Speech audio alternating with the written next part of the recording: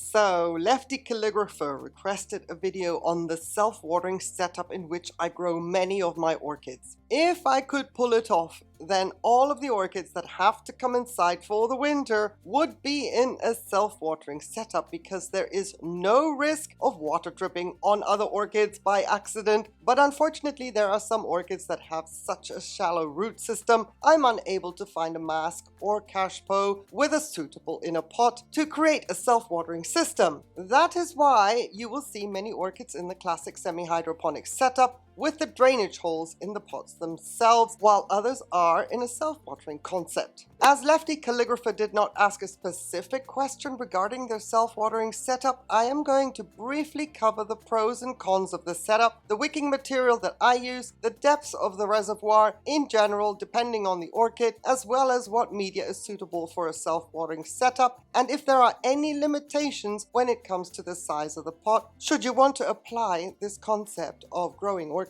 for yourself. Specifically trying to focus on the reservoir, of course. Now, should I miss something that I can add at the end, then I will do that. But I can already thank you so much for clicking on the video and perhaps already ask to get a thumbs up if I may be so bold. Thank you so much. Please know that I usually use the descriptor mask when I speak of the outer pot, simply because it makes sense to me that it performs as a sort of mask, masking the pot itself. You may be familiar with the term cachepot, or some say cache pot, but I try to be somewhat correct when it comes to pronunciation on my channel. It is called cachepot, and then I can jokingly say I say target as opposed to target.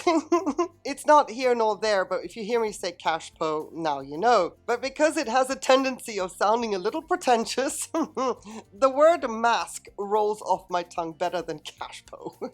Anyway, right, first of all, my masks and pots are not a set. I found the mask style first, and then the hunt was on to find pots that would slide in nicely, preferably with a lip that can hold the pot in place in a suspended manner to allow for the reservoir to not touch the bottom of the pot. It took a while, but I did find the perfect matches eventually.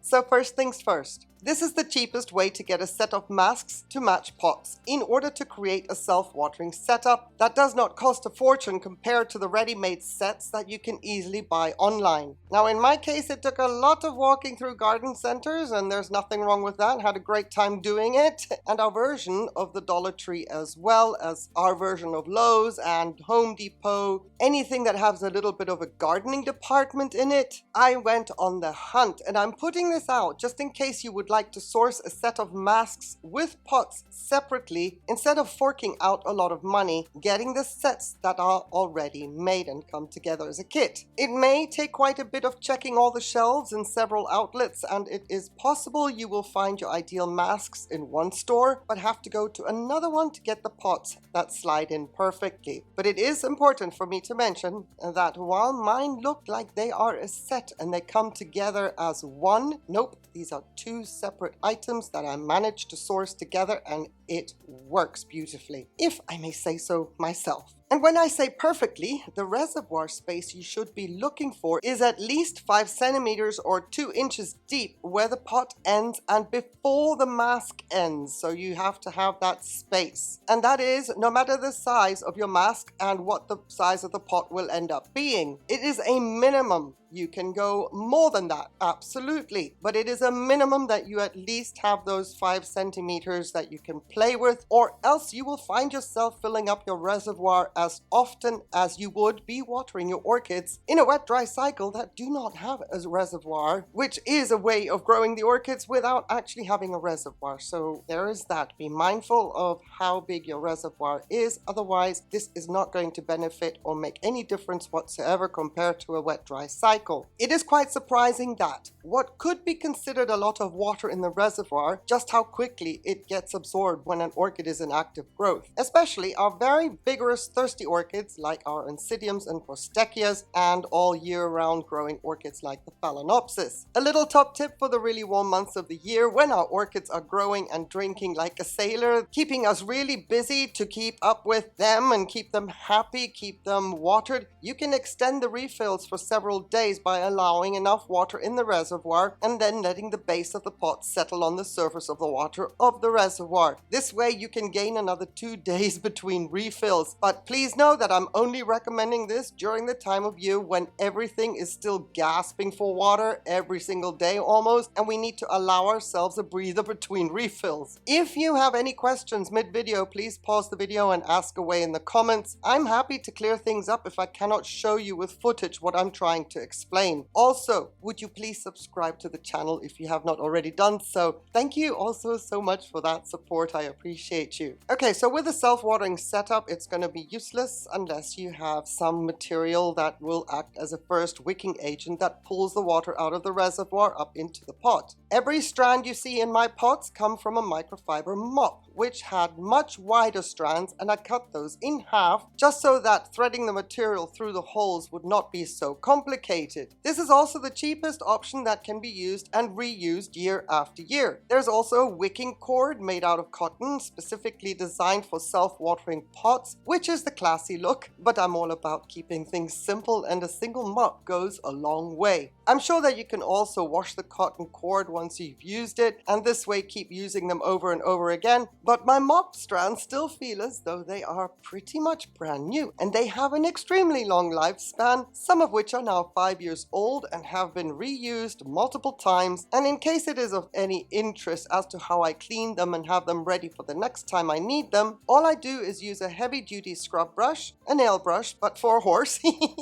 that size with very strong bristles, and I scrub the strands in the sink on both sides. This dislodges all the debris and the gunk that is stuck to them if, let's say, over the years algae has accumulated in the reservoir. Then I soak them in a 50-50 solution of bleach and water for about 24 hours, after which I rinse them out really well and I let them dry out, and then back into the container they go until I need them. And while I have put up a picture of the fancy cotton strands that you can buy online also as a wicking agent, let me just say, for a collection that once had 350 orchids, I only needed 2 mops to get the stash that I needed and have never needed to buy another mop since. So that's just to let you know how cheap my wicking material is, as opposed to buying something online and then not being sure how it's going to last, how well it's going to perform. Also when it comes to XXXL size pots. And then of course when it comes to the reservoir, in order for the orchid to then have the moisture pulled into the majority of the pot efficiently, the media will play a role as to how many strands of wicking material should be added to the pot. Obviously, media that retains water readily will also wick much more readily. So for example, you know that sphagnum moss is like a sponge and will take that water up so fast you can watch it happen, and then it will hold on to the water for a considerable amount of time as well. In the event that you are using a highly water retentive media, then you would opt for a single strand of wicking material in a small pot, and you would double the strands as the pot sizes increase to make sure that there is no break in how far the moisture can be pulled up and distributed. And when I say double the strands, it is possible that your pot will only have so many holes to pull your wicking material through, so you can either add more holes at the base, and in that way there is no water logging when it comes to flushing. Or you can create a loop with your wicking material, keeping the strands long enough so that they still reach the bottom of the reservoir. But with a loop in place, you can put media underneath the loop, pot the orchid up on the top of that, and the height of the loop will pull water up deeper into the pot. So when it comes to mixing sphagnum moss with bark, for example, your wicking aid in the pot will be the moss. Once you opt for bark only, then you will need to create a loop to get that moisture up and into the pot. The more hydrophobic your media is, the more you will need to ensure that the moisture has a chance to get pulled into the pot. And yes, you may be surprised that I'm talking about self-watering with organic media, but that is absolutely possible and feasible, even though inorganic media is usually what is matched with a self-watering semi-hydroponic setup. And the only reason for that is inorganic media won't break down, while a self-watering setup with organic media will cause the organic media to break down faster. But it is a personal preference as to what media suits your environment best. And if you want to dabble in the self-watering concept and get a feel for it, I do recommend to start with organic organic media and self-watering if this is something that you are curious about and something you've never done before, and not something you just want to dive straight in and start with inorganic media at the same time. If you just want to see if it really is what you would like to try with more orchids moving forward, go with organic media before investing in a whole motherload of inorganic media in the assumption that you have to ditch your organic media preference simply because of the setup change. There is no need for that. Whichever media you choose, the same applies to inorganic media as I mentioned about organic media when it comes to the wicking efficacy based on the size of the inorganic media pieces you use and the size of the pot. The moisture also has to get to at least the middle of the pot where your orchid roots are, and the new roots at the surface can find their way down as they search for the humidity and moisture. The larger the pot gets, our inorganic media has to be mixed with large and small pieces, or just small pieces of inorganic media, whichever one you choose, because there's only so much a reservoir can do, along with a wicking material, to distribute the moisture as the pots get larger and larger. Also, thirsty orchids will want to have small media only, and then based on the size of the roots, the media size can also increase until the pot size is so large that you once again have to mix large and small pieces of media. When it comes to inorganic media, think of the small pieces as doing the job of the sphagnum moss in organic media. That being, the small pieces are the wicking agent, the same function that sphagnum moss would do when talking about organic media mixes. And yes, you can also combine organic and inorganic media in a self-watering setup, especially if your inorganic ratio is 70% compared to your organic media making up 30%. Even though the organic media will degrade in the pot, it will not adversely affect the health or climate of the pot, because we still flush our pots through regularly, which cleans the pot out from anything that may potentially cause an issue, and that is so very, very rare. So in the instance of using self-watering with organic media, we have come to the first downside of a self-watering system. We've already briefly touched upon this. The media will degrade faster as opposed to a wet-dry cycle culture using the same media. However, what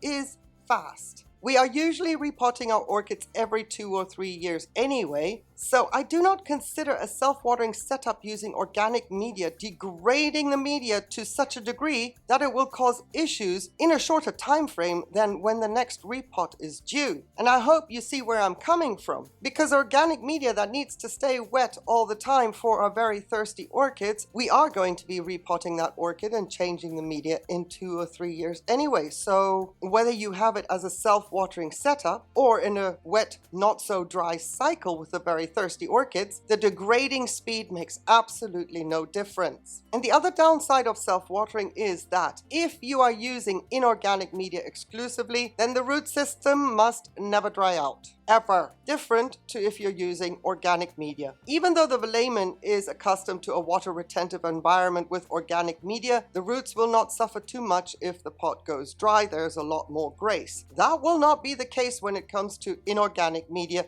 the likes of leca, to a degree pumice as well, with lava rock being the inorganic media that will be the most forgiving for a pot drying out without posing a threat to the existing root system. And yes, it is also possible for algae to grow in the reservoir, no matter if your mask is opaque or not. Mine happen to be white, and every once in a while I have to wash them just to not have them look so unsightly. But it takes a long time for algae to build up, and the upside is, even if there is algae in the reservoir, it is not a detriment to the health and well-being of the roots. Know that this setup has its limitations as well. The larger the pots, the harder to get the moisture distributed. It can be done, and if needs must, a little fandangling with the microfibers and really increasing the reservoir size in proportion to the size of the pot, which can then turn out to be quite a large, insane capacity, so to speak, but it is possible and it can be done. However, we have a little caveat here. If you're like me and have physical limitations, then the weight of the pot is going to make it very difficult to lift out of the mask. The larger the pot, more water in the pot, yeah, it gets really heavy. Also, you will need a lot more wicking material and direct that through the pot in more places to ensure that the moisture gets all the way into the business of the media, into the middle of the pot and up into the root system that possibly, especially after repot, has as yet to find itself all the way down to the bottom of the pot. In my personal experience, I find that it can become very cumbersome, but then again, I'm not young and strong anymore, so I have met my personal match when it comes to the size of the pot and feel it is necessary to give you a heads up on that, because we can pot an orchid up in inorganic media with a self-watering setup and leave that orchid to do its thing for 5 years. Yep, not repotting because the inorganic media won't break down. We've got reservoirs, we've got everything going for the orchid, and then suddenly it comes time to repot, and that gets very, very heavy, especially if you have very large orchids. Anyway, I don't want to turn you off the self-watering setup, so let me direct you to the advantages of this system. You can keep up with the watering, yay! You can go on vacay for a week or longer, depending on the time of year, without worrying about your orchid's watering needs not being met. Woohoo! You can fill the reservoir at different levels based on the season, based on what the orchid is doing. Is it in active growth or resting? You can leave the reservoir completely empty after a flush of the pot if the orchid is resting and not worry about having to keep filling the reservoir for no reason. It is a clean setup as well. Nothing accidentally drips on any orchid that could possibly be located on lower shelves, and very often we hear that we should not share water when watering our orchids. Well, with this setup, there is no sharing of water possible. Instead, it is a real targeted way of providing for each individual orchid based on what that orchid is doing in a larger collection, as opposed to the watering schedule having to fall on XYZ day. Some orchids absorb their reservoir faster while others do not, so you do not have that massive workload on watering day. It can be watering day every day, but it may only affect 2 orchids because others are growing at a different pace. And what I really appreciate about this setup is how personalized it is to my style, having sourced the masks myself with pots that work. It is unique, it is me, and you can make your collection look unique to you, to your tastes, how your home is set up, and showcase your orchids in the style that suits your eye the best as well. So I have already repeated one advantage right at the beginning and just now more recently, but in case this video is already the way it is and the point was lost, I find it important to repeat it again. This setup, especially indoors, will not leak or drip water all over your floor, from shelf to shelf, on top of other orchids, etc. It is clean, unless you have algae in the reservoir. But guess what? You don't see it. Wink, wink.